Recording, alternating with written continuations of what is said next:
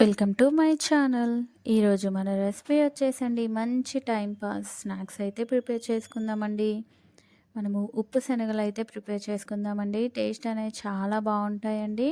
Plus మనం ఫాస్ట్గా కూడా మంచి టిప్స్ తోటి ఈ విధంగా మంచి టిప్స్తో కనుక మనం ఉప్పు శనగలు అనేది ప్రిపేర్ చేసుకుంటే మాడకుండా ప్రతి ఒక్క శనగ మనకి పుట్నాలుగా అయితే మారుతాయండి. తప్పకుండా ఈ విధంగా ఒకసారి అయితే ట్రై చేయండి. మనం శనగలు ప్రిపేర్ చేసుకోవడానికి ముందుగా స్టవ్ పైన కడాయి అయితే పెట్టేసుకొని దీంట్లోనే ఒక 1 కప్పు సాల్ట్ అనేది యాడ్ చేసుకున్నానండి.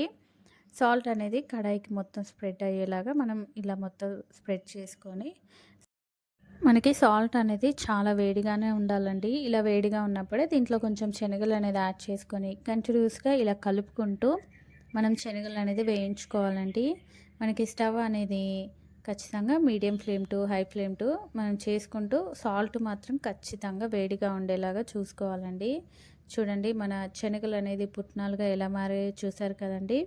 ప్రతి ఒక్క శనగ ఖచ్చితంగా పుట్నాలుగా మారుతాయండి. దానికి ఏమీ లేదండి, కొంచెం చిన్న టిప్, సాల్ట్ అనేది ఖచ్చితంగా మనకి చాలా వేడిగా అనేది ఉండాలి.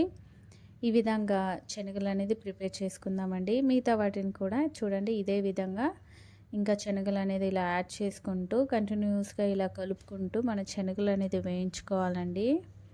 చూడండి త్వరగానే ఇవి 2-3 నిమిషాల్లోనే పుట్నాలుగా అయితే మారుతాయండి. దానికోసం మనం సాల్ట్ అనేది ఖచ్చితంగా హీట్ అనేది ఎక్కువగా ఉంచుకోవాలండి.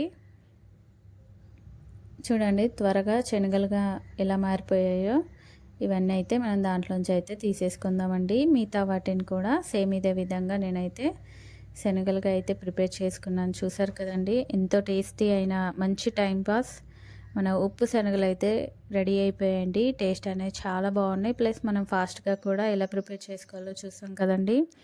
ఈ వీడియో కనుక మీకు నచ్చినట్టయితే తప్పకుండా మీరు కూడా ట్రై చేసి ఎలా వచ్చిందో నాకు కామెంట్ సెక్షన్లో కామెంట్స్ చేయండి. అలాగే ప్లీజ్ లైక్ చేయండి. నా మరిన్ని వీడియోస్ కోసం ప్లీజ్ మన ఛానల్ని మర్చిపోకుండా సబ్స్క్రైబ్ చేయండి, షేర్ చేయండి. Thank you for watching the video.